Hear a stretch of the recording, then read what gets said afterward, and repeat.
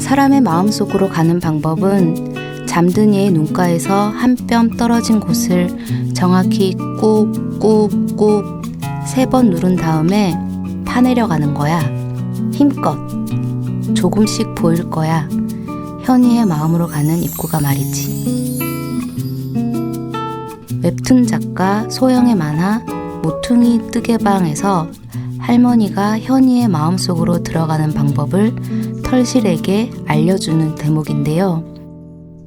현이는 언니의 죽음 이후 아무에게도 마음을 열지 않고 살아갑니다. 그러다 어느 날 집 근처에 있는 작은 뜨개방을 발견하고 할머니에게 뜨개질을 배우게 됩니다. 현이는 고양이와 개를 반반씩 닮은 인형 털실이를 만들고 털실이는 밤마다 현이의 마음속을 여행합니다.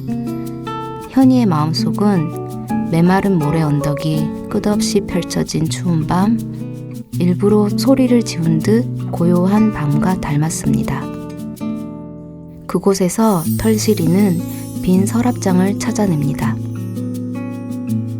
그 여행이 거듭되면서 텅 비어있던 현이의 빈 서랍장은 조금씩 채워집니다. 현이의 마음으로 들어가는 입구는 잠든 눈가에서 한 뼘 떨어진 곳에 있었어요. 사람마다 마음의 모양이 다르듯 마음의 입구로 들어가는 방법도 다 다르겠죠. 누군가에겐 따뜻한 커피 한 잔일 수도 있고요. 또 다른 누군가에겐 서너 발자국 떨어져서 조심스럽게 건네는 안녕이라는 인사일지도 모릅니다. 혹은 좋아하는 드라마 이야기나 가만히 귀를 기울여주는 침묵과 끄덕임. 고민하다 덧붙인 귀여운 이모티콘일 수도 있겠죠. 어쩌면 삶이란 누군가의 마음으로 들어가는 입구를 찾아 끊임없이 두드리고 또 헤매는 여정일지도 모르겠습니다. 여기는 문학라디오 문장의 소리입니다. 아름답다. 어느새 여름이 도착했구나. 오늘은 또 어떤 핑계로 너에게 만나자 말해볼까. 너는 알까, 내가 널 좋아하는 걸. 사실은 꽤 오래됐지, 처음 만난 날부터. 문학라디오 문장의 소리. 안녕하세요. 문장의 소리 DJ 소설가 최진영입니다. 새 책을 낸 작가를 모시고 작품을 둘러싼 다양한 이야기를 들어보는 시간, 지금 만나요 시작합니다. 오늘은 박상영 소설가님 모셨습니다. 네. 어서 오세요. 안녕하세요. 반갑습니다. 네, 저는 너무 팬이어가지고 지금 살짝 저도요. 떨리는데요. 네. 오늘 저희 실제로 뵙는 게 처음이라서 네, 처음 뵙죠. 되게 네. 설레는 마음에. 네, 저도 그렇습니다. 네. 네, 그럼 일단 박상영 작가님 소개부터 먼저 해드릴게요. 2016년 문학동네 신인상을 수상하시며 등단하셨고, 소설집 알려지지 않은 예술가의 눈물과 자이툰 파스타, 연작소설 대도시의 사랑법을 내셨습니다. 2019년 젊은 작가상 대상, 허균 문학작가상을 수상하셨고요. 최근에는 에세이 오늘 밤은 굶고 자야지를 출간했습니다. 네. 이 책에도 나오는 표현이지만 문단의 송가인이라고 네. 네, TV와 라디오 프로그램도 하시고 네네.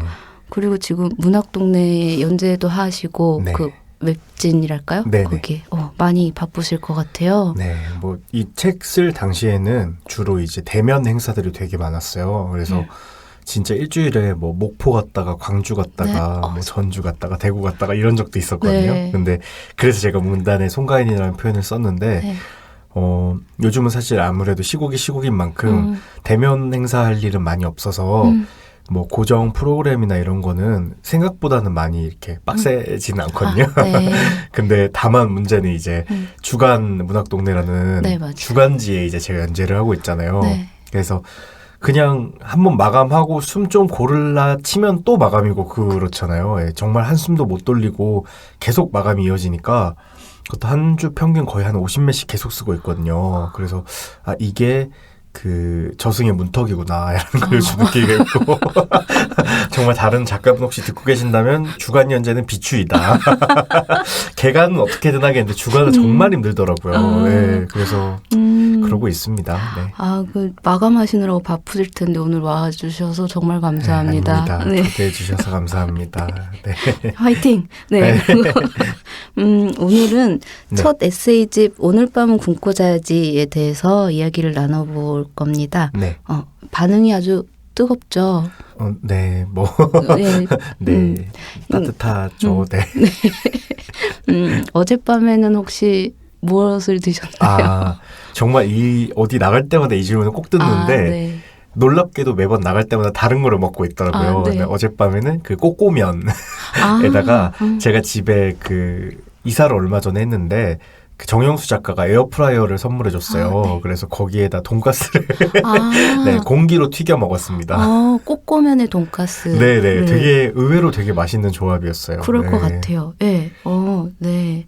꼬꼬면에 돈가스를 드셨다고 합니다. 네. 책 표지에 그려진 일러스트도 아주 귀엽고 예쁜 책이에요. 네. 네. 박상영 작가님의 일러스트가 이렇게 딱 들어가 있는데 네. 내용이 그렇게 밝진 않아요. 그렇죠. 네. 박상영 작가님 특유의 유머가 담겨 있어서 읽으면서 이렇게 웃게 되긴 하지만 우울하고 쓸쓸하고 그랬던 시간, 그때의 마음들, 그때의 기억들 이런 것들이 담겨 있습니다. 한겨레 신문의 연재 ESC에서 연재하시던 네. 걸 묶으신 건데 네. 어떤 책인지 그냥 짧게 소개해 주신다면. 글쎄요, 뭐 네. 편집자님께서 써주신 바에 따르면은 네. 뭔가 눈물과 위로와 공감에 네. 그 다이어트 분투기가 담긴 단짠 에세이라고 네. 써주셨더라고요. 네. 근데 그게 맞는 표현인 것 같고, 기본적으로는 좀 제가 웃기기를 좋아하는 사람이거든요. 뭐 대외적으로는 남들 앞에서 우스갯소리 하는 것도 좋아하고 글 쓸 때도 재밌는 거를 좀 많이 쓰려고 노력하는데 워낙에 그 디폴트가 좀 염세적인 다소 구석에 있는 우울한 구석에 있는 사람이다 보니까 그런 점이 많이 드러나 있는 책인 것 같고요. 또 작가가 뭐 어떤 첫 번째 책을 쓸 때, 특히 뭐 첫 번째 소설집이라든지 장편이라든지 아니면 에세이를 쓸 때는 자기 자신에게 되게 가까운 이야기를 잡게 마련이잖아요. 근데 이 이야기는 제가 정말 등단하고 나서 회사 생활을 같이 병행하면서 너무나도 쓰지 않고서는 견딜 수 없을 정도로 고통스러웠던 어떤 시절의 얘기를 담고 있는 그런 에세이집이라고도 볼 수 있을 것 같아요. 제 절실했던. 네. 네, 박상영 작가님의 소설에서도 네. 그런 위트와 유머 동시에 어떤 쓸쓸한 외로움, 고독 같은 네. 그런 이제 감정들이 동시에 느껴지는데 그 감정선이 에세이집에서도 그대로 느껴졌던 것 같아요. 네. 저는. 예. 그래서 마치 굳이 에세이집이라고 보지 않고 그냥 박상영 작가의 소설을 읽는다는 생각으로 그래, 소설로 내면 더 많이 팔렸으면. 네, 그렇게 네, 박상영 작가님 고유의 톤이 네네. 잘 담긴 에세이집입니다. 네. 에세이 쓰는 일을 좀 소설보다 어려워하는 작가들도 있거든요. 네. 저도 그렇고. 근데 작가님은 1인칭 소설 많이 써오셔가지고 에세이가 그래도 수월하지 않았을까 하는 생각도 드는데 이번 에세이 이렇게 쓰고 묶으시면서 네. 뭐 유의했던 점? 아니면 힘들었던 점 뭐 이런 거 있으셨나요? 말씀하신 대로 주로 제가 일상의 언어로 1인칭 화자가 등장하는 소설을 많이 썼기 때문에 그런 훈련은 조금 돼 있어서 화법 같은 데서 어려움을 겪지는 않았어요. 근데 내용적인 측면에서 아무래도 소설은 내가 이제 픽션이라는 그쵸. 어떤 합의로 도망칠 수가 있잖아요. 네, 그렇죠. 근데 이제 이건 논픽션이기 때문에 이거 화자가 나이고 또 내 주변 사람들의 진짜 이야기를 쓰고 있는 것이기 때문에 그것에 있어서 좀 주의를 기울인 게 많았던 것 같아요. 그래서 실제로 등장하는 사람들한테 다 허락을 구했고 미처 이제 인연이 닿지 못해서 끊어져서 허락을 구할 수 없는 분들은 최대한 이제 개인 정보를 다 지우고 바꾸고 하면서 좀 일반론처럼 읽힐 수 있게 그런 네, 수정하는 작업을 연재하면서도 또 책을 묶으면서도 많이 거쳤고요. 그래서 뭔가 누군가나 개인에 대한 뭐 공격이나 어떤 조소나 이런 게 아니라 그냥 이 삶을 살아가는 이 시대를 살아가는 사람들이 흔히 보편적으로 느낄 수 있는 어떤 감정들, 상황들 같은 거를 좀 그리고 싶었던 것 같아요. 그거를 주의했습니다. 네. 저 직장 다니는 친구들한테 네. 되게 선물하고 싶은 책이 퇴사를 매일 고민하는 네네네. 저도 네. 매일 퇴사를 고민하며 이걸 썼기 때문에 너무 공감대가 형성될 수밖에 없는. 그러면 등단하시고 음. 어느 정도 직장을 더 다니신 거예요? 그래도 한 3년 정도는 다닌 거죠. 제가 3년? 이제 알려지지 않는 예술가의 눈물과 자이툰 파스타와 대도시의 사랑법 속에 세 작품은 회사 다니면서 썼거든요. 그러니까 거의 뭐 단편소설 열 몇 편을 네, 회사에서 쓴 거죠. 네. 새벽에 스타벅스에 앉아서 네네. 근데 그게 또 처음부터 그랬던 건 아니고요. 하다 보니까 이것저것 막 다 시도하다가 안 되니까 최후의 수단으로 이제 그런 네, 방법을 택하게 된 거죠. 대단하시네요. 네네. 정말. 이 책을 보면 작가님께서 직장을 다니시면서 소설을 쓰기 위해서 정말 고군분투하던 시절에 퇴사를 한 뒤에 전업작가로의 그 변화와 고민 등이 담겨 있어요. 첫 챕터의 제목이 출근보다 싫은 것은 세상에 없다입니다. 네. 이미 10,000원인 채로 정류장에 멈춰선 버스에 몸을 구겨 넣으며 나는 오늘 하루에 대한 기대를 저버린다 라는 표현이 나오는데요. 네. 제가 아까도 말씀드렸지만 직장 다니는 친구들한테 너무 선물하고 싶은 책인데 매일 아침 출근해야 하시는 분들이 공감을 많이 하실 것 같아요. 네. 독자들 반응 들으셔서 기억나시는 거 있으신가요? 제일 많았던 예인 역시나 내가 쓴 줄 알았다. 아, 예, 태그에서 네. 뭐 이렇게 많이 올려주시거든요. 그 요즘은 피드백이 좀 활성화돼 있잖아요. 네. 그래서 제 계정이나 뭐 DM으로 오거나 아니면 본인들 사진에 직접 태그해서 이거 진짜 내가 쓴 줄 알았다. 너무 현실 공감되는 에세이다. 그리고 어떤 저희 회사의 특수한 일이라고 생각했던 그런 지점들도 사실은 많은 직장인들이 뭐 그 계층의 고화? 그러니까 네, 그런 직책의 여부에 상관없이 많이 겪고 계셨더라고요. 그래서 아, 역시나 사람 사는 꼴은 다 똑같구나. 뭐 이런 생각을 했습니다. 네. 묘하게 위로가 되네요. 네네. 네, 다 비슷하다니까. 이 책에는 작가님께서 꿈꿨던 전업작가의 이미지가 등장합니다. 네. 푸른 새벽녘에 아직 해가 뜨지 않은 시간, 알람이 울리기 전에 침대에서 일어나 간단히 물세수를 한 뒤 누구보다도 정갈한 모습으로 책상에 앉아 5시간 정도 글을 쓰는 것으로 아침을 시작한다. 약간 하루키가 네.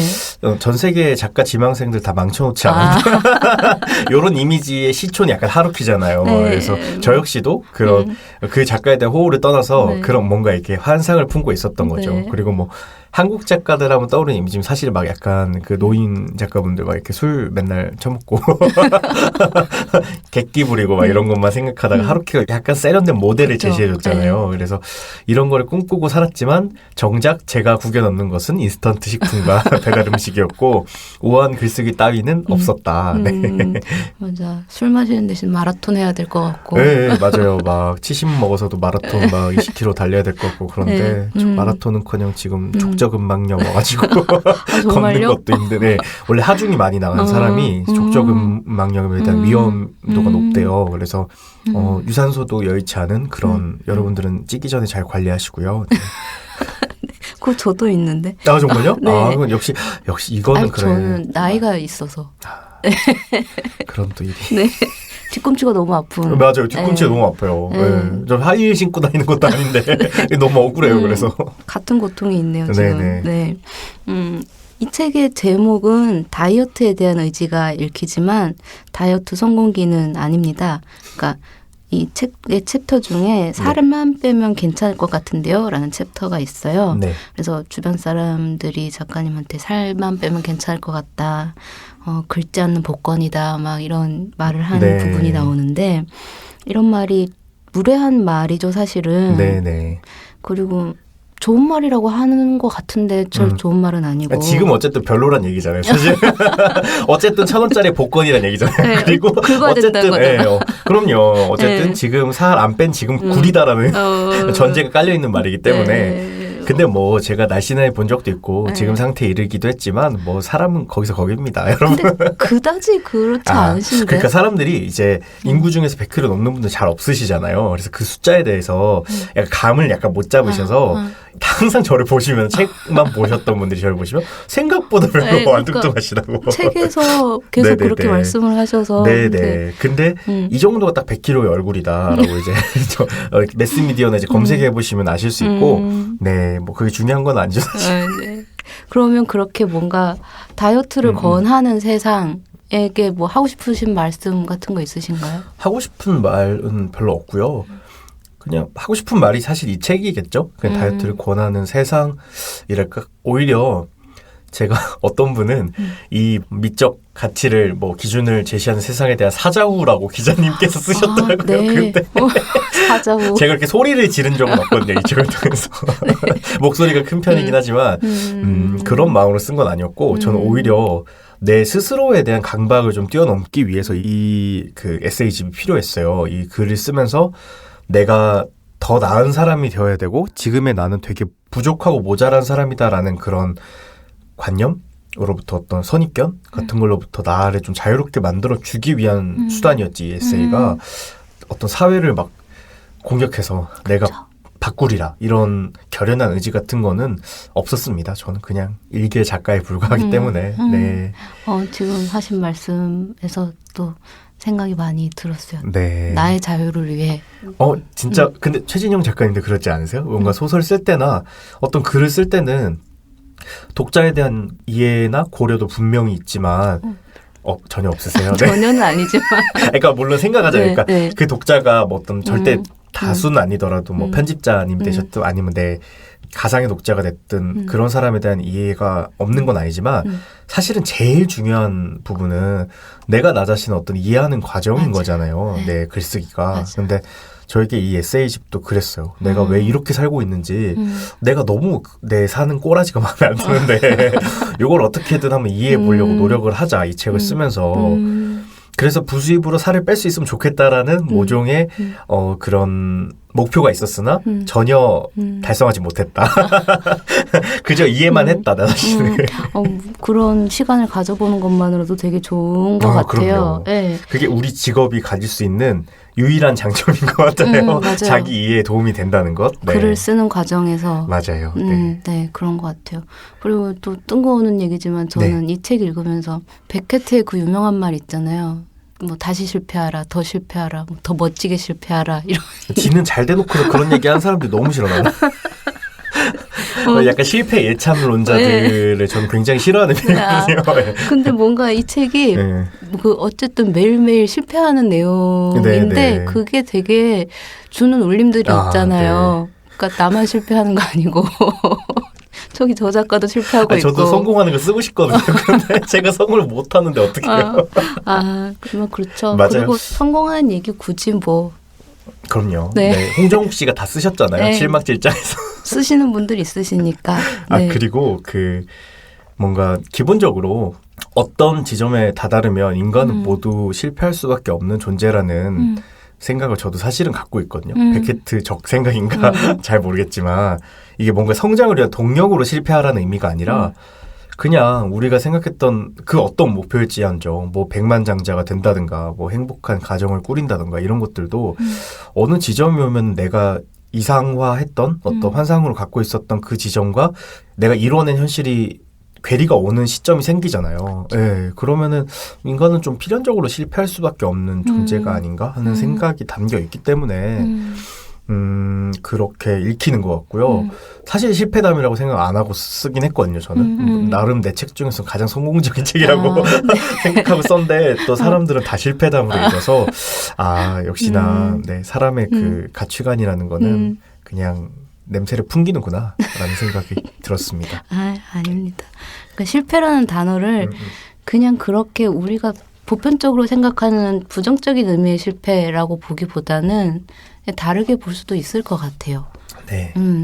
지금 하신 말씀에서 또 이어지는 얘기이기도 하지만 그러니까 꿈꿨던 퇴사를 하고 이제는 전업작가로서 정말 글을 열심히 써야지라고 생각은 하시지만 그리고 그 리스트도 쫙 적어두시잖아요. 네네. 그렇지만 보름과 무기력하게 누워있는 장면이 또 이 책 속에 나옵니다. 정말 누워만 있었어요. 계속 예. 그러다가 이제 겨우겨우 씻고 결국엔 병원에 가야 되기 때문에 맞아요. 제가 침대를 벗어나게 되는 그때의 장면이 등장하기도 하는데요.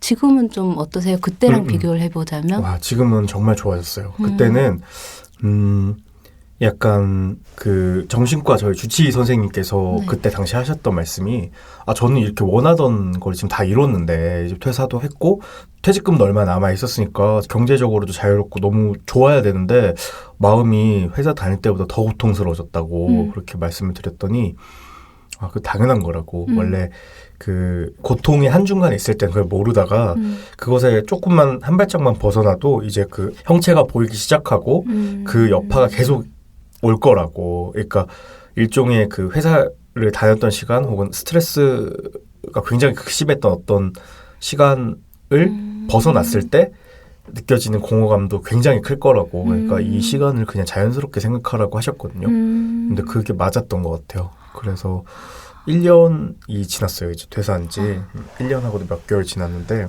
요즘은 이제 그때 그 어떤 트라우마의 무기력으로부터 조금은 탈출했고 근데 제가 책에도 적었지만 저는 약간 되게 어릴 적부터 양극성 정동장애 그러니까 쉽게 말해서 조울병이라고 불리는 병을 진단받은 사람이거든요. 그래서 그런 무드 스윙으로부터 자유로울 수는 없어요. 기복이 워낙 크고 되게 열심히 막 미친 듯이 일하다가 갑자기 번아웃 와서 집에서 며칠씩 잠수 타고 있고 원래 좀 그런 스타일이기는 하거든요. 근데 확실히 예전보다는 그 기복의 폭이 훨씬 줄어들었고 내가 사회생활 수행해 나가는데 어려움을 좀 덜 겪고 있다 예전보다는 그런 생각이 들고 그래서 이건 어찌 보면 이 에세이를 쓰면서 내가 얻은 것들 아닐까? 나 자신을 이렇게 좀 몰아세우는 그 생각의 사고의 습관들을 조금이라도 덜 하려고 노력을 하고 그냥 자기 합리화하려고 많이 하고 있어요. 네. 내가 어떤 사람인지를 알아가는 거죠. 맞아요. 그러니까 나를 좀 예측할 수 있고 맞아요. 나를 예방할 수 있고 맞아요. 그쵸. 그러니까 어떤 상황이 닥쳤을 때 내가 어떤 인간인지 조금이라도 알고 있으면 예전처럼 그렇게 확 당하진 않으니까 나에게. 맞아요. 그 표현이 너무 정확하세요. 나에게 당하지 않는다. 뭔가 모의고사를 친 느낌? 이제 그래서 내 수준을 아는 거죠. 내가. 네. 그래서 나는 어차피 서울대 못 가는 애라는 걸 딱 깨닫고 이제 그렇게 다 하려고 하지 말자. 이제 사회가 권하는 그런 이상적인 모델에 나를 끼워 맞추려 하지 말고 예, 인정하래요. 선생님께서도 저한테 했던 말이 상경 씨는 결코 내면이 강하지 않다는 사실을 알아야 된다고. 예, 그걸 인정하면서부터 좀 편해졌던 것 같아요. 예. 근데 그 과정이란 것을 생각해 보면 그거를 이제 내가 강하지 않은 인간이라는 거를 아는 것과 그걸 진짜 온전히 받아들이는 것에도 엄청난 기간이 필요할 것 같거든요. 맞아요. 예. 전 아직 못 받아들인 것 같아서. 아니 누구나 다 그렇죠. 누구나 그건 인생을 통해서 스스로를 계속 이해해 나가야 되는 거고 그러면서도 계속 자기 공부는 계속 해나갈 수밖에 없잖아요. 그러니까 그런 과정이라고 생각합니다. 네, 작가님도 저도. 네, 맞아요. 네, 오늘 힐링 프로 인 것 같습니다. 문장 웹진과 약간 결이 좀 다르지만 본의 아니게 힐링 프로가 힐링이 되는 시간인데요. 그러면 작가님처럼 직장 다니면서 소설을 쓰고 계시는 분들이 굉장히 많을 거예요. 많죠. 네. 어떻게 한 말씀 해주신다면? 한 말씀. 제가 감히 드릴 말씀이 있을까 싶지만 실제로 또 제가 아카데미 같은 데 수업을 나가본 적도 있고 아니면 제 이제 뭐 SNS, DM함에 그런 막 고민을 보내주시는 분들도 많으세요. 네. 이렇게 직장 생활 혹은 뭐 학업과 어떻게 이걸 병행할 수 있느냐라는 그런 질문을 많이 주시는데 제 경우를 보자면 저는 이게 사실 노동이고 글 쓰는 것도 노동이고 직업이니까 일이잖아요. 근데 너무 싫은 일이 하나 있으니까 그러니까 회사 생활이란 싫은 일이 하나 있으니까 이게 일종의 자아 실현 수단이 된 거죠. 그래서 너무 고통스러운데도 쓰면서 이것 때문에 버틸 수 있었던 것도 있었던 것 같아요. 그래서 되게 자기 소모적인 방식을 택하면서까지도 이 작업을 계속 해나갈 수밖에 없었는데 근데 뭐 이런 제가 작가님처럼 되지 못하는 제가 너무 뭐 못나 보여요. 이렇게 말씀하신 분도 사실은 계시거든요. 왜 나는 그렇게 의지가 없을까 이렇게. 우리 너무 비교하면서 사는 것 같아요. 그러니까요. 근데 이건 절대 그렇게 비교하실 일이 아닌 게 제 이 책을 통해서 고백했듯이 저 되게 정말 건강하지 못한 방법으로 저를 막 벼랑 끝까지 몰아세우면서 그런 방식을 취했던 거고 그것도 저한테는 일종의 밧줄을 잡는 마음으로 했던 거였고 무엇보다도 내게 돈을 주지 않았으면 그렇게 하지 않았을 것이다. 제가 지금 작가가 될 수 있었던 건 사실은 2년 동안 대학원 다니면서 생돈을 써가면서 빚을 져가면서 그렇게 공부할 수 있었던 시간이 확보됐기 때문이지 사실 직장을 정말 다니면서 처음부터 다시 이걸 쌓아 올리기는 진짜 생각보다 어려울 거고 그런 꿈을 갖고 계신 분들이 계시다면 길게 보셔야 된다는 생각을 좀 네, 말씀을 드리고 싶어요. 이게 작가가 된다고 끝나는 게 절대 아니잖아요. 네, 너무 잘 아시죠? 저보다 훨씬. 여긴 정말 어떻게 표현을 해보자면 약간 야생이잖아요. 네. 저는 그렇게 표현을 해요. 그러니까 등단이라는 것은 네. 자격증 하나 따는 거라고. 맞아요. 네. 네. 자격증을 땄으면 이제 이 조리사 자격증을 땄으면 따서 다시 이제 취업을 하러 가야 되고. 맞아요. 정말 너무 정확하죠. 취업 자리 계속 알아봐야 되는 거고 이거를 단기간에 내가 뭘로 조진다. 네. 첫 번째 책으로 내가 다 뒤집는다. 이런 생각을 하고 가면은 절대로 이 직업을 계속 해나갈 수가 없어요. 그냥 맞아요. 내가 글 쓰는 게 내 삶의 조건이다라고 생각하고 그냥 계속 차분히 해나가야 되지. 설사 그 마음이 안 들지언정 그렇게 만들려고 노력해야지. 그러지 않으면은 아 정말 오래 하기가 되게 힘든 직업이고 잘 되든 잘 안 되든 이게 삶의 중심을 남한테 주는 직업이잖아요. 그렇죠. 선택받는 직업이고 그렇기 때문에 뭐 내 등단의 여부 어쩌면 뭐 이제 지면의 유무에 관계없이 내가 내 중심을 잡고 글을 쓰는 연습을 미리 해놓으시는 게 그게 바로 전 습작기라고 생각해요. 맞아. 그러니까 대학원에서 프로 작가들과 함께 학교를 다니면서 그런 얘기를 많이 들었음에도 불구하고 이런 준비가 전혀 안 된 상황에서 이제 야생에 내던져져서 그 비교적 빠른 속도로 이렇게 뭐 책도 계약하고 책도 내고 그랬음에도 불구하고 그런 갈등이 내적 갈등이 진짜 심했던 거죠. 제가 이거를 빨리 어떻게 이루어야 된다라는 그런 목적이 너무 컸기 때문에 그 마음에서 온 낙차가 너무 괴로웠거든요. 항상. 그게 네. 불안감이 있기 때문인 맞아요. 것 같아요. 네. 그렇죠. 이게 뭐 데뷔를 한다고 해서 모든 게 해결되는 게 아니기 때문에 거기서 오는 또 자각에 더 큰 불안이 생기고 뭐 그런 게 있는데 평가는 잘 해줘도 불안하고 그쵸. 안 해줘도 불안하고 나쁜 말을 해줘도 불안하고 짜증나고 책이 잘 돼도 불안하고 맞아요. 네. 맞아요. 그 딱 불안이라는 게 그냥 깔려 있는. 정말 그런 것 같아요. 근데 제가 직장 생활과 이 두 개를 병행해 본 결과 모든 이제 밥벌이는 불안을 동반하고 있지만 그럼에도 불구하고 작가 쪽이 훨씬 더 좀 그게 심하다. 남한테 판매고든 뭐 지면 청탁이든 다 남이 해주는 거니까 그 마음을 단단히 각오를 하셔야 된다라는 말씀을 괜히 막 꼰대같이 아닙니다. 제가 힘들었기 때문에 제가 지금도 힘들기 때문에 네, 필요한 말씀을 네네. 해주셨어요. 그리고 어쨌든 글을 쓰는 마음으로 버티는 그것도 되게 공감이 됐고요. 맞아요. 네. 책에 그런 내용이 나옵니다. 그러니까 작가님의 등단을 예측했던 철학원 얘기가 나오고 네. 그 이후에 문전성시를 잃었다 뭐 이런 얘기가 나오는데 네네. 그 다른 철학원에서는 2020년부터 쭉 뻗어갈 운세라고 했다는데 네. 지금 이제 하반기 접어드는데 네네. 어떠세요? 이게 그때 그 후자 철학원에서는 10차선 도로를 질주하는 거다라고 하셨는데 10차선 도로에 장애물이 상당히 많다. 지금 사고가 났나? 정도로 상당히 인생이 좌초된 느낌이고 지금 원래 상반기 예정돼 있던 모든 막 이렇게 중요한 그런 것들이 다 이제 뭐 코로나 사태와 여러 가지 일들로 인해서 다 지금 빠그러지고 예, 저 지금 인생이 약간 좌표가 막 계속 흔들리고 있는 와중이거든요. 그래서 역시 너무 제가 이제 역술에 의존하지 않겠다. 저는 제 인생을 개척해 나가겠다라는 그런 다짐을 하게 되었습니다. 그쵸. 이 코로나19라는 것을 이 있는 세상과 없는 세상은 너무 다르기 때문에 1년이 몇 달만 이렇게 될 줄 우리 네. 아무도 몰랐잖아요. 그러니까요. 그러니까 제가 생각했던 비록 2권밖에 안 냈지만 이전에 이제 출간했을 때 풍경과 지금은 정말 너무 판이하게 달라서 저도 약간 정신을 못 차리고 있는 중이에요. 네. 그렇죠. 그러니까 그 역술인들이 과연 이 코로나19를 어떻게 예측을 하셨을지. 근데 그 전자의 역술인 분은 얼마 전에 좋은 집으로 이사했더라고요. 그 형이. 그래서 저는 가까운 사이가 됐거든요. 네. 가까운 사이거든요. 그래서 막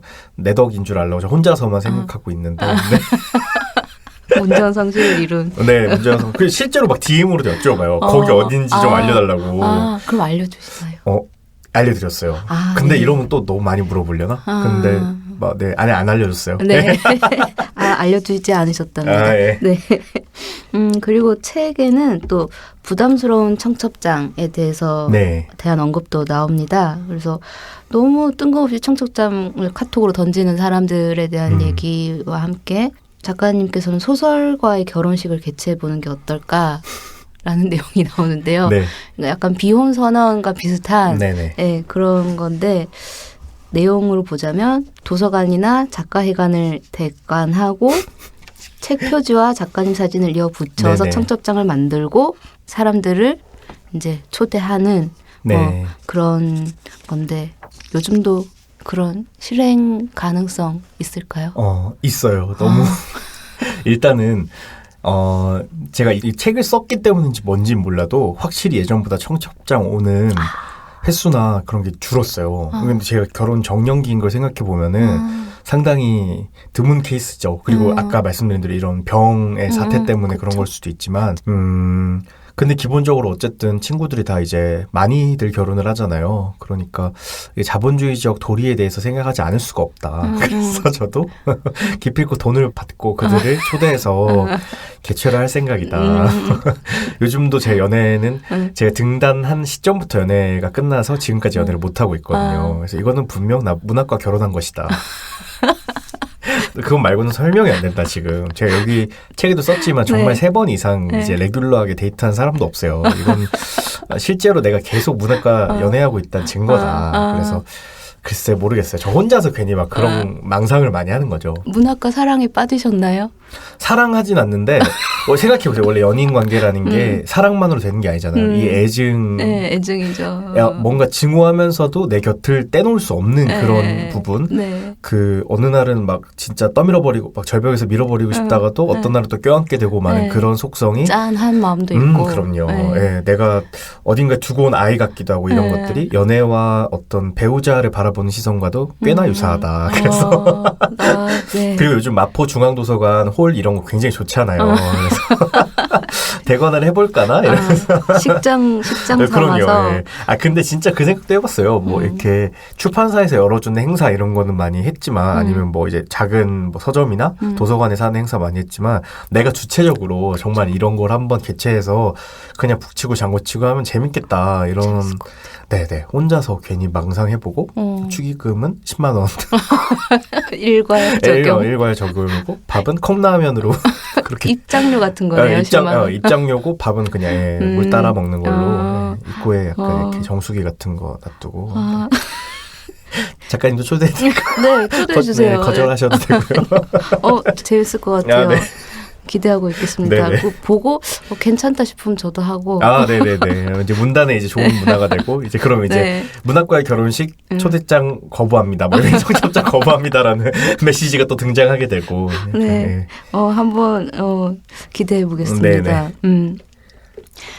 그리고 소설뿐만 아니고 요즘은 영화, 드라마, 만화 등 모든 예술 문화 전반에 여성과 퀴어라는 키워드가 주목받고 있는데요. 작가님께서는 퀴어 소사의 대표 주자로 거론되시니까 이런 말 들을 때가 너무 쑥스럽고 네. 봄들바람으로 또 퀴어 서사의 거장이신 최진영 선생님 앞에서 제가 감히 전 좀 지나간 것 같아요. 저는 지나갔고 아니 지금 지나가지 여기, 않으셨어요. 예. 현재형으로 너무 네. 거장이시고 여기 대표 주자가 계시는데 그래서 퀴어 문학을 하고 싶어하는 분들도 되게 많으실 네네. 거예요. 뭐 해주시고 싶으신 말씀 있으시다면. 일단 많은 좋은 퀴어 소설들이 생산되고 있잖아요. 그냥 더 많은 주체들, 뭐 당사자들이 나와도 좋고 그렇지 않아도 좋고 더 많은 주체들이 등장해서 더 재밌는 소설, 더 다양한 것들을 쓸 수 있으면 되게 좋겠다라는 생각을 하고 있고 실제로 점점 더 그런 쪽으로 가고 네. 있고 뭐 SF 쪽에서는 막 이제 이런 뭔가 성별, 젠더 구획 같은 거 전혀 초월하는 그런 작품들도 되게 많이 등장하고 네. 있고 그런 것도 전 되게 고무적인 현상이라고 생각을 해요. 어떤 뭐 이제 여성과 남성이 만나 어떤 핵가족적 낭만주의에 기초한 그런 서사만 이제 다 존재하던 때를 그쵸. 떠나서 정말로 다양한 삶의 형태를 제시할 수 있는 작품들이 더 많이 나오고 있어서 좋고 뭐 김몽곤 작가, 이종산 작가, 뭐 황인찬, 뭐 김현 작가처럼 이렇게 진짜 당사자임을 커밍아웃하고 쓰는 작가들도 더 많이 나왔으면 좋겠고 그게 아니더라도 뭐 본인의 정체성과 뭐 공표 유무와 상관없이 더 또 좋은 소설을 쓰는 작가들도 더 많이 나왔으면 좋겠고 저는 그래서 모든 그런 창작자들 그런 소설을 쓰고 싶은 모든 창작자들을 온 마음과 정성을 다해 응원하고 있고요. 그런 퀴어의 팬이라면은 제 소설을 사보시는 것도 참 좋지 않을까. 네, 네. 빌려보시지 마시고 사보시는 게 참 좋지 않을까. 맞아요. 그렇지 않아요. 레퍼런스는 자주 두고 봐야 되잖아요. 그러니까 중요한 말씀을 그럼요, 콕 집어서 그럼요. 해주시는 것 같아요. 그럼요. 네. 앞에 나온 레퍼런스 없이는 뒤에 것들이 그 이상의 성취를 내기 힘들다. 그러니까 여러분들이 퀴어 소설을 쓰고 싶으시면은 앞에 나온 작가, 제가 언급해드렸던 작가분들의 소설들, 시집들 한 권씩 다 사서 읽어보시고 오래오래 두고 보시고 팔지는 마시라. 그렇죠. 팔지 마시고. 네, 팔지 마시고 차라리 좀 지겹다 싶으면 태워버리시라. 사실 우리 작가들한테 제일 고마운 사람들은 책 읽고 안 읽고 버리는 사람들이야. 뭔지 아시죠? 네, 그러니까. 네, 막 이렇게 음식물 묻혀서 팔지 못하는 분들 이런 분들 정말 감사하거든요. 네. 막 이렇게 줄치면서 읽고. 그럼요. 줄치면서 읽는 분들 너무 소중하고 막 네. 귀퉁이 다 접어주시고. 접고, 네. 책은 소모제다. 그렇죠. 맞아요. 그럼요. 네. 좀 낡게 만들어서 이제 새 책 보관용 하나 사시고. 그럼요. 네. 그렇게 세상에 막 인터넷 서점에서 주문하면 하루 만에 오는데 네. 굳이 이렇게 너무 귀하게 보실 필요 없다. 음료 2잔 값이면 되는데. 맞습니다. 그럼요. 네. 여러분. 책 많이 사주세요. 내가 지능적으로 대도시의 사랑과 뭐 시절가기 뭐 등등등 뭐 좋은 책들이 많으니까. 네, 책 많이 사주시고 네. 네, 또 퀴어 문학 많이 읽어주시고 다양한 이야기가 또 많이 나오면 네네. 네, 정말 그렇게 될 것 같아요. 네, 이미 그쪽으로 방향이 이렇게 또 가고 있고. 그게 더 정말 웃긴 게 저한테 네. 그래서 막 트위터에서 이제 저보다 더 젊은 독자들 그리고 또 새로운 것들에 대한 어떤 요구가 많은 독자들이 저보고 막 꼰대 키워 막 이렇게 하고 진짜 너무 웃긴 거예요. 벌써 꼰대가 그러니까 됐어. 33살에 이미 나 꼰대가 됐다고. 근데 그게 되게 고무적이고 재미있는 것 같아요. 좋은 것 같아요. 그러니까 그쵸. 그들이 느끼기에 이미 저조차도 너무 넓게 느껴지는 네, 거니까 그쵸. 저 멀리 가 있는 거잖아요. 그래서 막 더 좋은 재밌는 제가 상상도 못할 만큼 그런 것들 나왔으면은 맞아. 되게 좋겠다 생각하고 있어요. 네. 박상영 작가님이 꼰대면 저는 뭐 거의 조상이겠네요. 네. 별 말씀이요. 그분들은 최진영 작가를 더 좋아하시지 않을까요? 아닙니다. 우수함을 알아보는 법. 네. 그러면 현재 주간 문학동네 1차원이 되고 싶어를 연재하시고 계시잖아요. 네. 그것 말고 또 다른 글쓰기 계획 같은 거 있으세요? 일단은 지금 계약돼 있는 소설들이 다 그 나머지 2권 정도도 다 장편 소설이에요. 네. 그래서 줄줄이 장편을 낼 것 같아요. 아마도 올해 이제 연재가 끝나고 내년 초쯤에 1차원이 되고 싶어 가제가 출간될 것 같고 그 이후로도 계약된 도서들을 소화하다 보면은 장편 소설이 한 2권 정도 먼저 나올 것 같은데 언제 다 쓸 수 있을까요? 시간 금방 가요. 그래요? 네, 금방. 저는 장편이 아직은 다 한 권도 다 못 채워봤잖아요. 그래서 요것이 이제 꼴을 만들어서 그 유통하기까지 어떻게 할 수 있는지에 대한 그 가늠이 잘 안 되는 거예요. 지금은 뭔가 안개 속 한중간을 헤매고 있는 기분이고 지금 딱 한 600매 정도 썼거든요. 그러니까 딱 반 좀 넘은 그런 상황인데 진짜 일단은 이것부터 어떻게든 수습을 하고 이렇게 써볼 이미 예정입니다. 2권이나 내셨기 때문에 그 2권을 낸 자신을 믿으시면 스스로 자신이 알아서 해줄 거예요. 그러니까 저를 너무 믿어서 네. 지금 초치기 마감을 하고 있거든요. 어쨌든 하시잖아요. 그렇죠. 네. 펑크 낸 적은 없으니까 네. 휴재했을 뿐. 네, 휴재는 좀 필요한 것 같고. 그럼요. 네. 이번에는 내가 가장 사랑하는 문장들 하겠습니다. 네. 작가가 작품에서 직접 골라오신 문장을 작가의 목소리로 낭독해 주시는 시간인데요. 네. 박상영 작가님의 목소리를 통해서 들어볼 건데 어느 부분 읽어주실 건가요? 역시나 네. 왜 수능 칠 때도 두 과일씩 미과일씩. 그렇죠. 근데 저는 주로 미과일형 작가거든요. 네.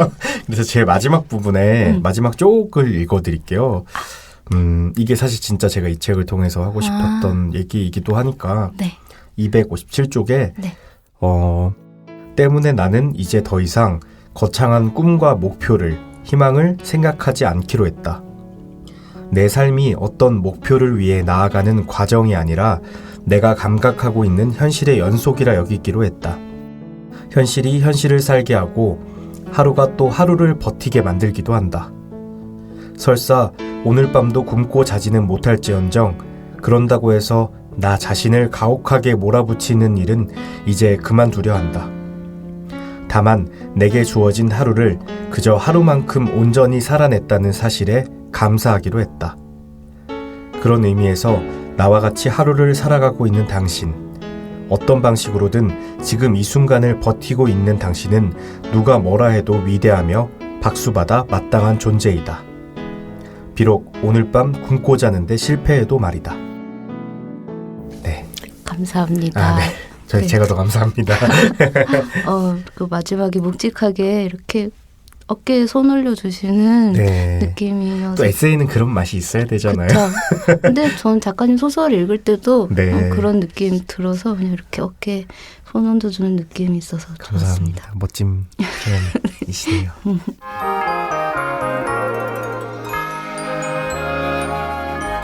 그러면 지금 만나요의 마지막 코너 마이 페이보릿 하겠습니다. 작가들이 최근 꽂힌 음악, 감동받은 영화, 새로 발견한 맛집에 대해서 얘기하는 코너인데요. 네. 작가님 요즘 마감에 빠져 계시겠죠? 네. 마음에 빠져 있고 생각하는 것도 그것밖에 없고 네. 뭐를 봐도 거기에다 수렴되는 그쵸. 그런 네. 상황이기는 해요. 네. 네. 그럼에도 뭔가 이렇게 요즘 이게 좋다라고 말씀해 주실 게 있다면. 근데 제가 딴 데에서 말씀 안 드린 거를 말씀드리려고 생각했는데 이미 너무 많이 말씀을 여러 개를 드렸고 네. 또 새 거를 집어넣기에는 지금 제가 너무 바쁘다. 네. 그래서 네. 어쩔 수 없이 네. 거듭 다른 데서도 말씀 많이 드렸던 그냥 그레타 거익 감독의 레이디 버드라는 작품이 전 진짜 좋거든요. 네. 이건 아직 안 보신 분 계신다면은 요즘 넷플릭스 같은 데서 보실 수 있으니까 네. 제 10대를 담아놓은 것 같은 미국의 저랑 다른 나이의 다른 성별의 사람인데도 불구하고 뭔가 하는 짓거리가 관심 받고 싶어서 안 달랐지만 결국 관심 받는데 실패하고 부모와 불화하며 근데 막 되게 누군가를 좋아하지만 항상 삑사리가 너무 심하게 나고 그러다 막 실패하다가 그냥 어영부영 막 대학교 가는 그런 얘기잖아요. 네. 근데 그게 너무 인생의 온도랑 비슷해서 걔가 뚱하고 막 약간 꼬고하고 되게 이상한 애잖아요.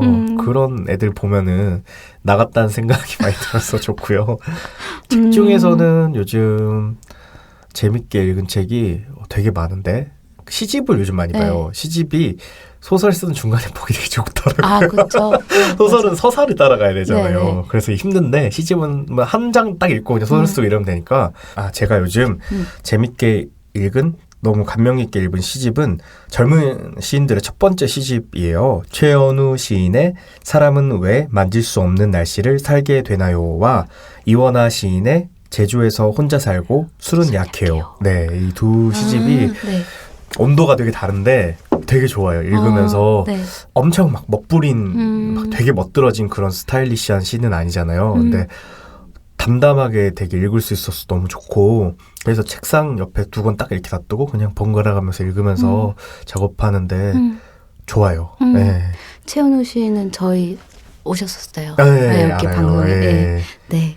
아유, 좋은 책과 영화 소개해 주셔서 감사합니다. 네. 오늘 시간이 참 너무 빨리 간다 싶을 정도로 재밌는 시간 보냈는데요. 네. 오늘 뭐 짧게 소감 말씀해 주신다면 아니면 하지 못한 말씀이라던가.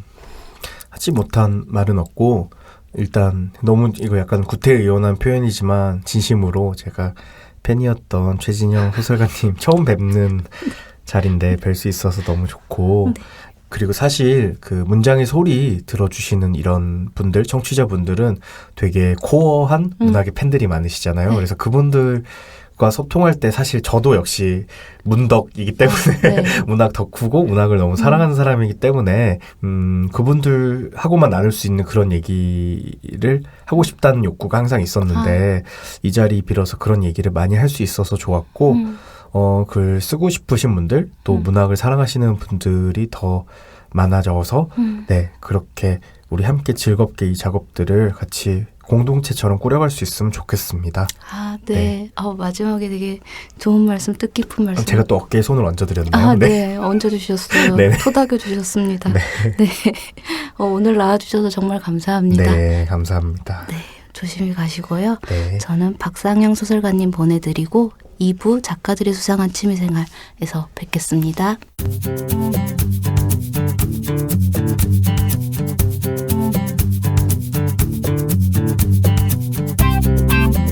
문장의 소리 2부 작가들의 수상한 취미생활 본업인 글쓰기 외에 전문가 못지않은 방대한 지식을 자랑하는 작가들의 수상한 취미에 대해 많은 이야기 나눠보는 시간입니다. 오늘 만나볼 수상한 취미는 바로 힙합입니다. 최백규 시인 자리에 모셨습니다. 최백규 시인님 어서 오세요. 네, 안녕하세요. 청작동인 뿔에서 시 쓰는 최백규입니다. 만나서 반갑습니다. 네, 반갑습니다. 최백규 시인님 소개를 간단히 먼저 해드릴게요. 2014년 문학사상 신인문학상을 수상하시면서 작품 활동을 시작하셨고요. 방금 말씀해주신 창작동인 뿔로 활동 중이십니다. 공동시집 한 줄도 너를 잊지 못했다를 내신 바 있습니다. 요즘 어떻게 지내셨어요? 요즘 코로나 때문에 다들 힘든 시기잖아요. 네. 저도 올해가 마지막 학기인데 온라인 수업으로 진행이 되어서 대부분 집에 있고요. 그래서 덕분에 집에서 시를 엄청 많이 쓰고 있어요. 긍정적인 면도 있네요. 네. 네. 오늘 최백규 시인과 함께 이야기 나눌 취미는 바로 힙합인데요. 힙합에 빠지게 되신 계기 같은 거 말씀해 주실 수 있나요? 한국의 힙합이라는 문화가 제일 처음 받아들여지기 시작한 게 90년대 초반에 뭐 서태지와 아이들, 네. 듀스 같은 그룹들이 등장하기 시작하면서잖아요. 네. 그런데 저는 세기 말에 초등학교 입학을 해서 제가 제대로 그 문화를 접했던 거는 2000년대가 되고 나서 뭐 김수용의 힙합이라는 만화나 아니면 뭐 붓다 베이비 무브먼트 뭐 이런 뭐 MC 스나이퍼, JK 이런 크루들을 접하면서 조금씩 이해를 하기 시작했던 것 같아요. 근데 그때는 누구나 그랬겠지만 저도 에미넴을 굉장히 좋아했는데 에미넴의 자전적 영화 8마일이라고 있어요. 그게 거기 보면은 공장이 가득한 빈민가가 나오거든요. 네. 그런데 그 장면이 되게 슬픈 공간으로 묘사가 되는데 저는 그 당시에 그거를 잘 이해를 못했어요. 왜냐하면 저는 서울 올라오기 전까지 20대 중반까지 평생을 그런 공장가 근처에서 살았거든요. 그래서 뭐 새벽마다 도로변 하수구에 이렇게 막 연기 피어오르고 기찻길 바로 옆이라서 막 기차 지나가면 집이 막 흔들리고 근데 그 도시에서 집값이 제일 싸기 때문에 이사를 갈 수도 없이 계속 살 수밖에 없는 그런 곳에 살았는데 그래서 뭐 가족들, 친구들, 주변 사람들 대부분 일하는 공장으로 나도 가야 되는구나 이렇게 생각을 했었는데 에미넴도 그런 빈민가 공장 출신이었다는 걸 보고 나도 저렇게 살아야겠다, 저렇게 살 수 있겠다 해서 더 빠지게 됐던 것 같아요. 네. 붓다 베이비 크루와 네. 에미넴과 네. 그 무브먼트 등등. 네, 그 시기에 접하셨던. 네.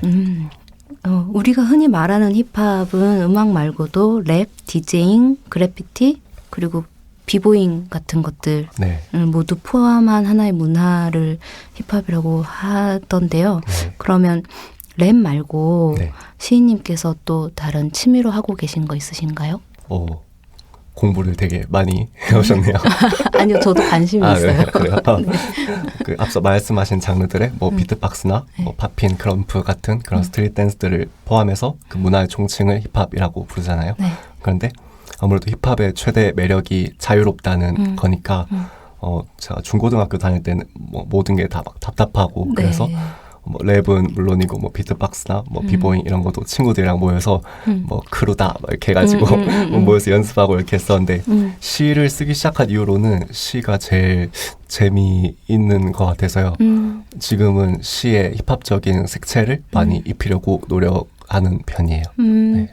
이렇게 말씀드리면 어떻게 들으실지 모르겠는데 네. 제가 한 2004, 5, 6년쯤에 네. 학원에서 학원 강사 일을 했었어요. 그때 이제 초중 학생들이 네. 그 교실 뒤에서 그렇게 다들 비보잉을 하고 네, 있었고 맞아. 딱 그때가 제가 네. 초중 학생 때이기 때문에 네, 다들 이렇게 막 바닥을 쓸면서 춤을 맞습니다. 제가 그 중에 하나였기 네, 때문에. 네. 그 친구가 지금 앞에 있는 것 같아요. 네. 요즘 사람들은 멋지다라는 말 대신에 힙한데 뭐 이런 말을 많이 쓰잖아요. 네. 그리고 유행을 선도하는 사람들을 힙스터라고도 하는데 네. 대중들이 소비하는 힙합의 이미지와 채백규 시인이 생각한 힙합의 이미지에는 어떤 공통점과 차이점이 있을까요? 우선 힙하다라는 말이 힙스터스럽다의 줄임말이잖아요. 근데 원래는 그게 뭐 주류에서 벗어나서 새로운 지향점을 추구한다는 뜻인데 한국에서는 이게 힙합스럽다라는 의미로 통용이 되더라고요. 근데 이제 힙스터 문화라는 게 1940년대 재즈에서 파생된 건데 그만큼 2010년대 한국에서 힙합이라는 장르가 준 충격이 그때만큼 이제 컸다고 생각이 들고 보통 우리가 흔히 생각하는 그러니까 뭐 미디어에서 주목하는 힙합이라고 하면 뭐 금이빨 금목걸이에 막 뭐 명품 걸치고 과시하고 네, 막 네. 테이블 위에 양주 늘어놓고 뭐 네. 이상 막 힙합하고 네. 마약 뭐 이성이랑 네. 하고 이런 게 넓은 집에서 막 현찰 뿌리는 거 인스타그램에 찍어 올리고 네. 이런 게 많이 주목이 되는데 막 극단적으로 근데 물론 그것도 힙합의 한 문화지만 사실 힙합에 그런 태도만 있는 건 아니거든요. 그래서 메인 미디어에서 잘 비춰주지 않는 그러니까 그 전에 가난이나 거기까지 가닿기 위한 어떤 노력 같은 것들이 제가 살아왔던 삶이랑 가까운 것 같았어요.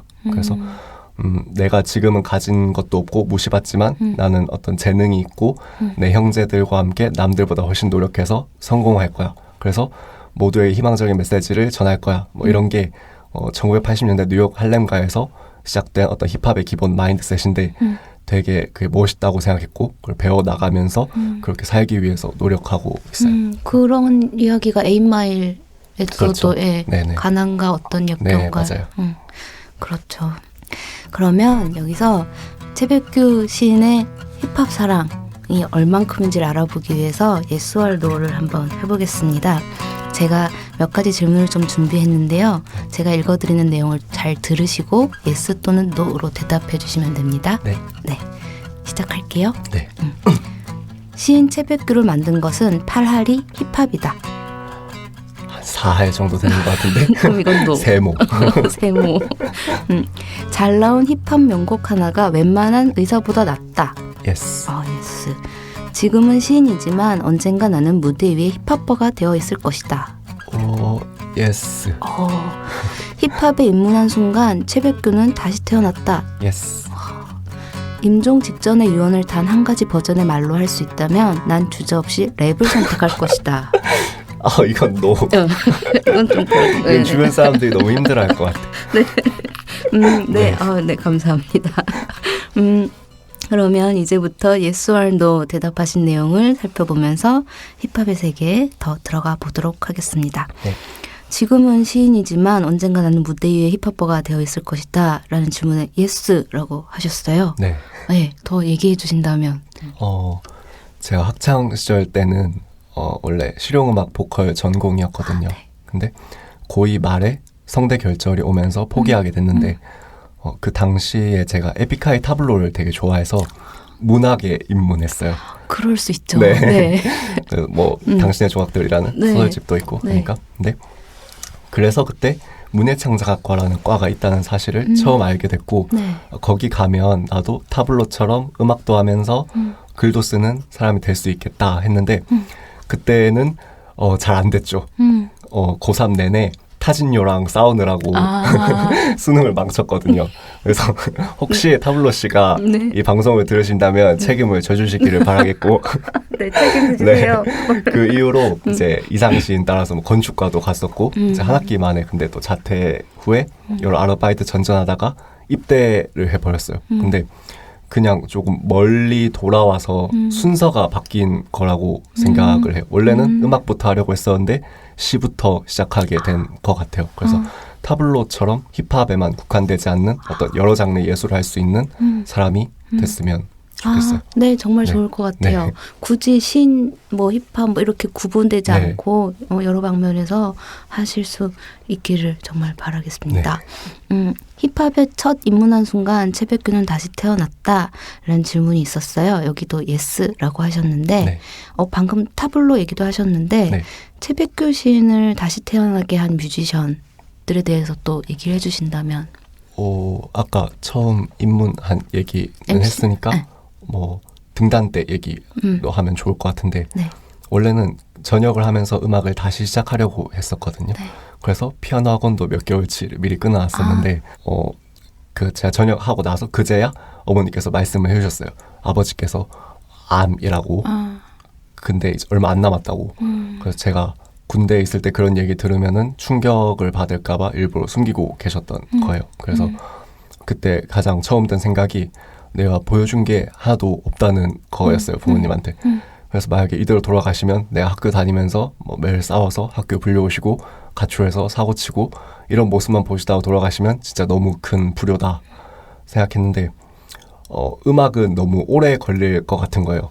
그래서 내가 언제 작곡 공부해서 곡 전달해서 발표하나 싶었는데 시는 왠지 금방 할 수 있을 것 같았어요. 그때는 제가 천재라고 생각했기 때문에 그래서 네이버에 시 창작 수업 뭐 이렇게 검색을 해서 가장 위에 뜬 분 연락처를 알아낸 다음에 문자를 보냈어요. 그게 장하빈 시인님이셨는데 한번 찾아와 보라고 하시더라고요. 근데 나가서 만나자마자 저 1년 안에 등단해야 됩니다. 이렇게 얘기를 했는데 지금 생각해보면은 처음 배운다는 20대 초반인 애가 와가지고 막 다짜고짜 그러는 게 무리할 수도 있는데 그때는 그걸 생각할 겨를도 없으니까 그래서 장하빈 시인님께서 김동원 시인님도 소개해 주시고 그래서 두 분을 이렇게 막 타짜에서 고니가 평경장 뭐 이렇게 짝귀 막 따라다니듯이 배우는데 네. 안 되는 거예요. 이게 그냥 금방 될 줄 알았는데 당연히 안 되죠. 등단이. 그래서 이게 안 되는구나 쉽지 않구나 하고 있을 때 쇼미더머니에 바비라는 친구가 나왔어요. 지금 아이콘으로 데뷔한. 근데 지금은 뭐 데뷔해서 뭐 대상도 받았지만 그때는 그냥 아이돌 연습생이었는데 당연히 무시받잖아요. 쇼미더머니에서 막 힙합 한다는 사람들 사이에서. 근데 제가 도서관 문화수업 끝자리에 앉아있는 그런 동질감이 들었는데 얘는 그런 거 하나도 신경을 안 쓰는 거예요. 그냥 그 뭐 참가자에서 심사위원들까지 막 다 무시를 하는데 심지어 그때는 그 한국 힙합 1세대 레전드로 불리는 그런 참가자도 있어서 이미 우승이 압도적으로 확정이 된 상태였는데도 그냥 누가 오든지 내가 다 박살내겠다. 멋있다. 이런 게 되게 바비한테는 있었고 결국 편견을 깨고 100% 실력으로 우승까지 해서 되게 자극이 되고 많이 배웠어요. 그래서 정말로 바비가 우승하고 며칠 후에 저도 등단 연락을 받아서 정말요? 개인적으로 더 의미와 영향력이 큰 아티스트인 것 같습니다. 네, 정말 의미가 클 수밖에 없네요. 네. 네. 채백규 시인께서 힙합과 시에 관해 쓰신 산문을 보면 이렇듯 힙합을 비롯한 음악은 어이없게도 나를 시인으로 만들어줬다라는 구절이 있습니다. 음악이 시인 채백규로 길을 인도했다라는 느낌도 드는데요. 채백규 시인에게 음악과 시란 어떤 사이일까요? 제가 학교 생활에 적응을 잘 하질 못했는데 어떤 곳에 갇혀 있다는 느낌이 되게 많이 들었던 것 같아요. 요즘은 뭐 자퇴한다 해도 크게 이렇게 손가락질 받지 않는 분위기인데 한 10년 전만 해도 조금 달랐잖아요. 그게 막 자퇴생이라 하면 뭔가 문제가 있는 것 같고 그래서 그런 걸 제가 잘 몰라서 학창시절 내내 거의 매일 담을 넘어서 실용음악 학원으로 뛰어가고 아니면 그러지 못하는 날 온종일 엎드려 자거나 제가 좋아하는 앨범을 통째로 외워가서 필사를 했어요. 그 제 가사를 쓰기도 하고요. 근데 그렇게 뭐 한글과 한국어를 뭐 분해하고 조립하면서 그 연결고리에 되게 빠져들었던 것 같아요. 음악과 언어 사이에. 그래서 지금 그 시간이 없었으면 제가 어떻게 살았을지 정확히 알고 있고 그래서 저한테 더 특별한 것 같아요. 음악과 시가 있어서 네, 살 수 있었던 네, 그 사이에서. 그쵸. 견딜 수 있었던 시간들. 그러면 여기서 채백규 시인의 문학 세계와 힙합과의 관계를 조금 더 깊이 들여다보겠습니다. 힙합을 좋아하신다는 말을 듣고 난 후여서 그런지 작품 묘적계나 폐막식을 보면서 채백규 시인의 시가 뭔가 노래 가사 같이 리드미컬하다는 느낌도 받았고 지금 말씀하실 때도 약간 그런 느낌을 받았어요. 예, 그 말에 어떤 리듬이 있다는 강약이 있고 이렇게 포인트가 있다는 느낌을 받았는데 실제로 이제 가사를 쓰실 때와 시를 쓰실 때 작법에서 뭔가 공통점이나 차이점 같은 게 있나요? 사실 랩 가사는 규칙이 명확하잖아요. 뭐 네가 하고 싶은 말을 라임을 지켜서 너만의 플로우로 전달할 수 있어 이거거든요. 근데 시는 사실 자유시로 넘어오면서 거의 모든 규칙이 사라졌으니까 언어만 이용한다는 한계점을 제외한다면 형식상으로는 시가 훨씬 자유로운 편인 것 같아요. 아무래도 근데 제가 주로 접하는 게 힙합 관련 컨텐츠다 보니까 힙합의 어떤 리듬이나 태도 같은 것들은 자연스럽게 따라가게 되는 것 같아요. 뭐가 더 그래도 쓰고 나면 성취감이 있나요?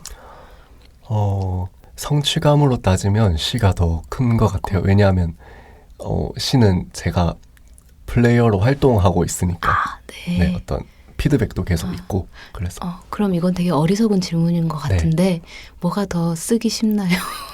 저는 힙합 되게 쓰기 힘들 것 같아가지고 라임 시가 더 쉬운 것 같아요. 왜냐하면 그렇기 때문에 제가 시에 조금 더 재능이 있기 때문에 시인이 되지 않았을까 생각해요. 네, 우문현답해 주셨습니다. 네, 그러면 원래 가사로 염두에 두고 썼던 것이 시가 되거나 아니면 시작 메모로 써두었던 것이 가사가 된 경험도 있으신가요? 제가 옛날에 쓰던 라임 노트가 있는데 시 소재를 얻으려고 나중에 펼쳐보니까 쓸 게 없더라고요. 그게 꼭 가사라서가 아니라 그때 썼던 건 시도 큰 도움이 안 되더라고요. 그게 좀 미숙하기도 했고 그 나이 때 쓸 수 있는 감성이라는 게 존재하는데 그게 이미 지나버려서 써먹지는 못했고요. 힙합 음악이나 뮤직비디오를 접하다가 단상이 떠올라서 자주 메모를 해두는 편이긴 해요. 그게 나중에 시가 되기도 하고. 음악을 들으면서 메모를 했던 것이 네. 시가 뮤직비디오나 이런 걸 보면서 네, 보통 독서를 하면서 단상을 얻던데 저는 거의 유튜브 보면서 많이 얻거든요. 영상과 음악을 통해서 네네. 네. 새로운 세대 힙합이라는 게 단어와 리듬으로 맺힌 투쟁 아닐까 이런 생각도 들고 배틀이란 게 실제로 비보잉이든 랩이든 이루어지니까요. 네, 채백규 시인의 시에서도 그런 느낌을 받을 수 있었는데요. 힘든 현실을 노래하면서 지금을 견디는 그런 목소리를 느낄 수 있었습니다. 예를 들면 우리는 그저 혈관 아래 불을 지피는 개들이었다. 아직 불발인 폭죽에 계속해서 라이터만 당기는 기분이었다. 이게 작품 무화과 건축에 나오는 표현인데요. 어떠세요? 이런 시는 어떻게 쓰게 되셨어요? 아무래도 제가 10대 중반부터 20대 중반까지 대부분을 길거리에서 지냈기 때문에 자연스럽게 나오는 목소리 아닐까 생각해요. 젊음과 더운 피를 견디는 어떤 순간들이요. 사실 저는 제가 겪은 일밖에 못 쳤거든요. 그래서 데뷔 초에는 그게 약점이라고 생각했는데 지금 생각해보면 사실 가장 큰 장점이 될 수 있는 것 같아요. 대부분의 예술에서 명작이라고 하면은 그 사람의 인생이 작품 안에 얼마나 담겨 있는지가 중요하잖아요. 그래서 올해 들어서는 제가 어떻게 살아와서 여기까지 왔는지에 대해 쓰려고 노력하고 있어요. 그렇죠. 네. 그러면 일단 나의 삶이 글이 된다는 것은 네. 소재가 고갈될 위험이 없고 나의 삶을 작품으로 남길 수 있고 네. 네, 그런 면에서 저는 되게 좋다고 생각을 하거든요. 그리고 채백규 시인의 작품에서도 사랑은 빼놓을 수 없는 주제란 생각이 드는데요. 10곳이란 작품이 있습니다. 네. 예, 아까 타블로 얘기 들어서 네. 10곳이 떠오르는데 채백규 시인의 10곳이란 시를 보면 이 전쟁이 하얗게 마른다면 구조된 너를 품 안에 끌어안고서 전부 엎질러버린 줄로만 알았다고 너무 많이 울었다 고백할 것이다. 크레인이 노을에 비구름을 적시고 있다. 몇 번째 생에서야 우리는 서로에게 다시 번질 수 있을까? 같은 표현이 나옵니다. 시인님 작품에 등장하는 사랑의 화자에 대해서나 아니면 이런 작품을 쓰게 된 배경 등 말씀해 주신다면. 집이랑 학교 바깥에서 마주쳐서 함께 돌아다니고 잠든 그런 친구들과의 거리나 골목이나 자취방 같은 것들이 지워지지가 않는 것 같아요. 어떤 제 일종의 원형적 이미지라고 생각하는데 너무 미숙하지만 어쩔 수 없이 성숙한 척을 할 수밖에 없는 삶을 살아왔던 것 같아요. 20대 초반부터 문단 한복판에 던져졌을 때도 마찬가지고요. 그래서 저는 사라져가는 것들을 시 속에 붙잡아 두고 싶은데 붙잡고 싶은 것들은 사랑하는 것들이니까 시에서 사랑이 빠지지 않는 것 같아요. 좋은 대답. 너무 좋은 말씀 해주셨어요. 채백규 시인님은 최근에 참여하신 동인 시집 한 줄도 너를 잊지 못했다를 내셨어요. 최 시인님께 동인이라는 것은 어떤 의미일까? 그리고 동인 시집 펴내면서 기억에 남는 일이 있으셨을까 여쭤보고 싶었습니다. 사실 힙합 문화는 특히 한국 힙합은 크루와 레이블을 중심으로 발전해왔잖아요. 2010년대 양대 산맥 레이블인 일리네어 레코즈랑 저스트뮤직을 보면서 일정 부분 벤치마킹을 한 것도 있어요. 두 레이블 모두 11시 11분이랑 파급 효과라는 컴필레이션 명반을 크게 터뜨리면서 그 전까지 조명받던 크루를 제치고 정상으로 올라갔기 때문에 저희도 이전에 있었던 동인들과의 어떤 방향적 차별성을 두지 않으면 그냥 친목 모임밖에 안 된다고 생각을 했어요. 그래서 저희가 문단에서 유일하게 90년대생으로 이루어진 동인이니까 멋있다. 어리다고 좀 무시를 받기도 했었고요. 멋있는데요. 지금은 멋있다고 할 수도 있는데 그때는 욕도 많이 했었어요. 막 무슨 욕? 뭐 어린애들끼리 뭉쳐 다닌다고. 그래서 뭉쳐 다니는데 나이가 필요한가요? 그래서 우리는 그냥 그런 거 신경 쓰지 말고 남들보다 시를 잘 쓰자. 이게 시작부터 지금까지 저희가 가진 유일한 태도거든요. 그래서 기억에 남는 에피소드는 우선 만들면서 서로의 예술관이 달라서 진짜 많이 싸웠고요. 결국에는 멤버들이 백규 첫 시집이니까 백규한테 전권을 주자 해서 시집 제목이랑 동인의 말이랑 뭐 이런 시 순서까지 다 제 문장으로 쓰고 저한테 이렇게 전권을 줘서 여러모로 고마웠던 기억이 있습니다. 들으면 들을수록 되게 이런 표현 맞을 순수하다고 해야 될까? 되게 그리고 시집 준비하는 와중에 네. 그 앞에서 말한 그 저스트뮤직의 파급 효과라는 앨범의 메인 프로듀서이자 뮤지션인 노창님이라고 있는데 그분이랑 연락이 닿아서 인스타 마팔도 하고 그래요? 연락처도 교환한 게 기억에 남는 것 같아요. 시인이 되기를 잘했다고 생각한 일 중에 하나였습니다. 시인이 되어 이렇게 할 수 있었던 네, 연락이 닿아서 시집을 내면서 전 첫 시집이라기보다 첫 앨범을 발매한 것 같았어요. 네. 근데 그 뭐랄까요 장벽 같은 게 없는 게 훨씬 더 좋은 것 같아요. 네. 시집, 뭐 음반, 네. 시인, 래퍼 이런 게 없이 정말 유동적으로 물 흐르듯이 그렇게 활동을 하시는 게 되게 부럽고 되게 좋다고 느껴집니다. 정말 젊은 세대라는 느낌이 들어서 너무 좋습니다. 그러면 이쯤에서 채백규 시인님을 보다 잘 이해할 수 있는 작품 낭독의 시간을 가져보도록 하겠습니다. 시인님께서 직접 고르신 자작시를 읽어주실 건데요. 어떤 시 가져오셨나요?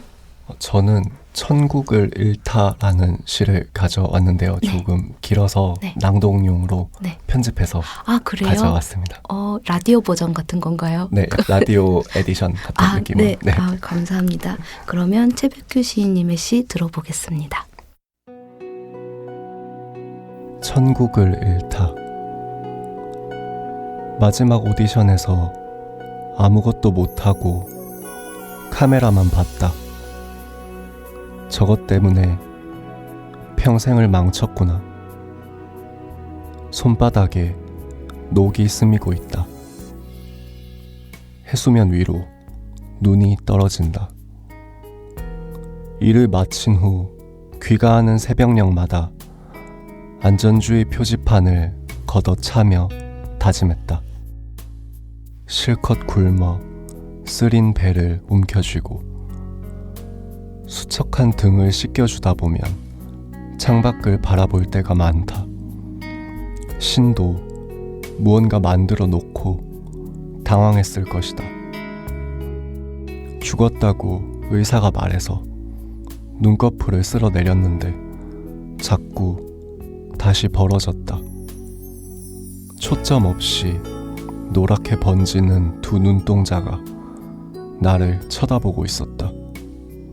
살가죽이 서늘해질 것이다.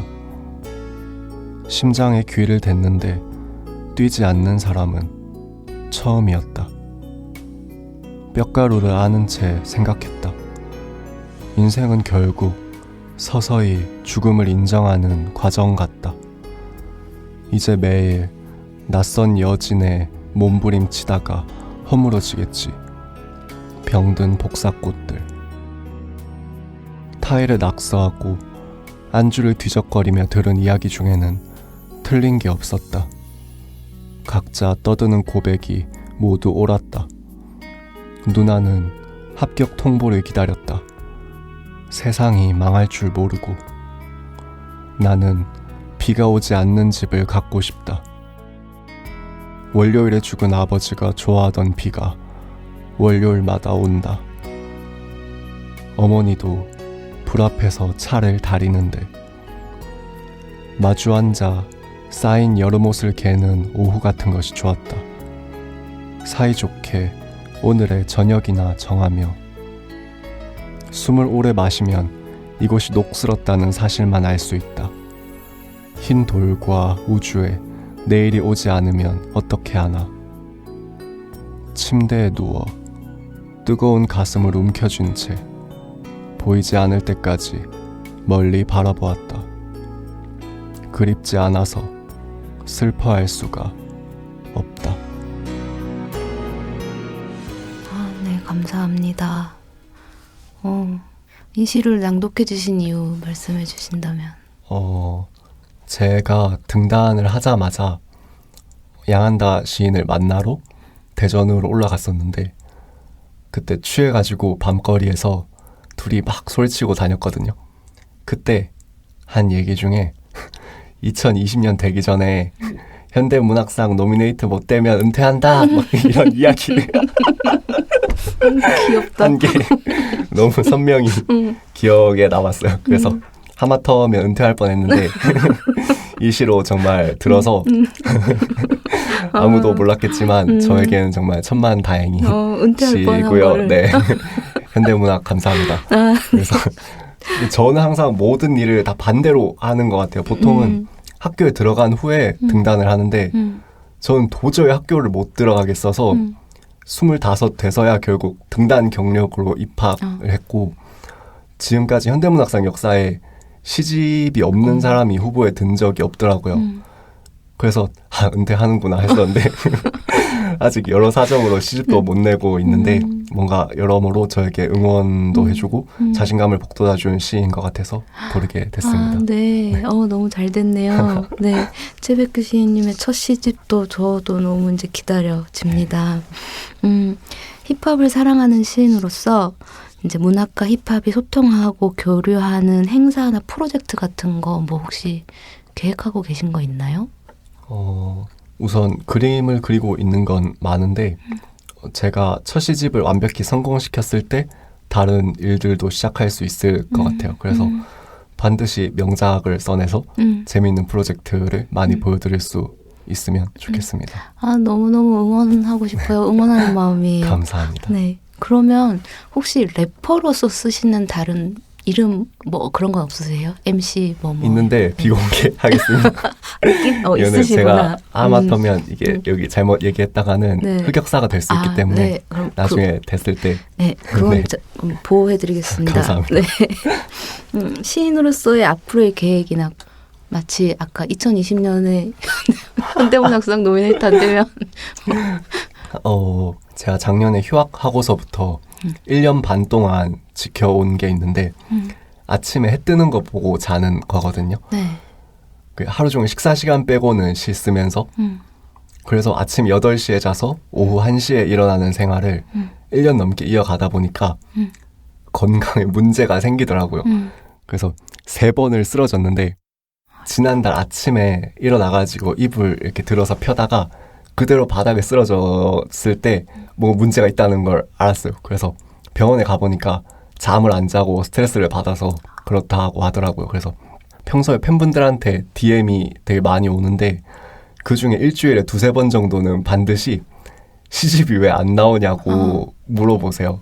트위터에도 엄청 자주 올라오고 심지어 이제는 인터넷 서점 별점평까지 제 단독 시집이 아닌데 단체 시집인데 거기 찾아와서 최백규 시집 왜 안 나오냐고 남겨주시는데 제가 그거를 확인을 못하는 게 아니라 다 하나하나 확인하고 있고 그만큼 힘 받아서 열심히 하고 있으니까 여기 나온 것도 다른 일들 하는 것도 그분들이 기다리시는 동안 잠시라도 즐거우라고 하는 것도 크니까 이게 다 제 탓이니까 아니에요. 조금만 더 기다려주시면 감사하겠습니다. 최지은 양한다 시집을 읽고 계셔도 되고요. 뭐 빈지노나 창모처럼 지금까지 한 번도 못 본 거를 꼭 써내서 이제 GOAT가 되도록 약속을 드리겠습니다.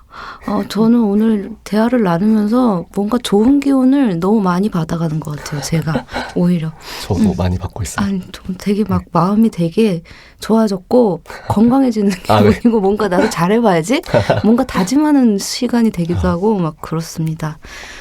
그러면 끝으로 나에게 힙합이란 뭐뭐시다 이런 거 정의 내려주실 수 있나요? 힙합이란 시다. 시란 힙합이고 힙합이란 시인 것 같아요. 저한테.